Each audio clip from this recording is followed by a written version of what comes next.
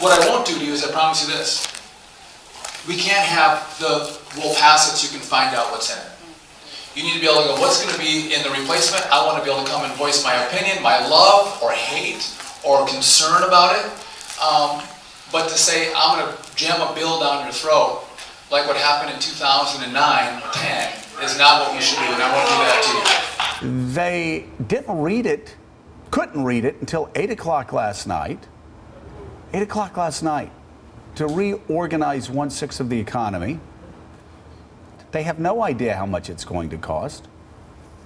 They have no idea how many of their constituents are going to be kicked off of the health care rolls. Congressman, have you read the bill? Concerned about voting on this? Congressman, have you read the health care bill? Morning, Congressman. Have you had time to read the health care bill? We're still working on it. Gentlemen, have you read this bill, Congressman? Congressman, have you read the bill? No, we're in a hurry. We'll be back. Congressman, have you read the health care bill? Morning, Mr. Shimkus. Have you had a chance to read this bill? I just got back from baseball practice. Number one, insurance companies will now be able to start charging higher prices to people with pre-existing conditions. The increase in premiums for an otherwise healthy 40-year-old with one of these pre-existing conditions is a very daunting thing. Depression, $8,490 per year extra from here on out.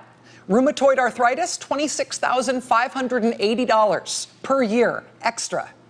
Number two, states can also opt out of the rules that require insurance plans to cover basic stuff. So that means you could be paying for insurance now that doesn't cover hospitalization or emergency room care or a ride in an ambulance or you getting pregnant or any other number of things that the insurance companies don't want to cover.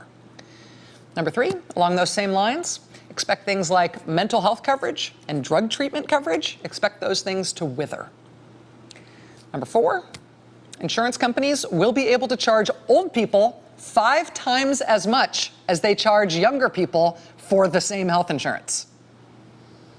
Number five, big companies no longer have to provide health insurance to their employees. Number six, hospitals.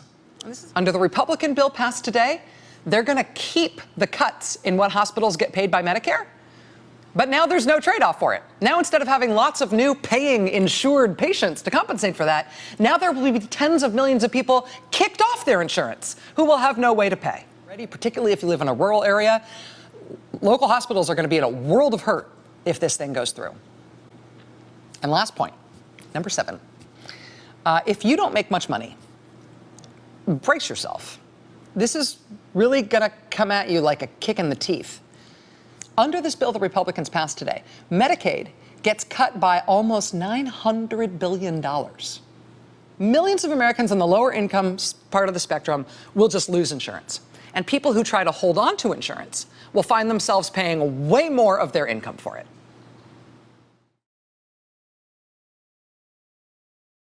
It's a huge victory. I mean, the Senate couldn't act until we passed this bill, so this is a huge step in moving forward for the American people and getting a sane healthcare system that'll look out for the American people and families instead of bureaucrats here in Washington. So we're excited. It was a good day. I see. Are you getting ready to go on the buses to the White House? Yes, we're invited to the White House. Those who voted yes, not any Democrats, but Republicans, we can head over and have a little session with the president. Is this something, do you know, is there champagne on the bus? Is the champagne later? I don't know. I've heard there's champagne, but I haven't confirmed that. I can go check it out. There is champagne. I've heard. It's rumor. All right, we'll see. Get back to us with that. Hey, Thank you, thanks, man. Good to see Congressman. you. All right, appreciate it.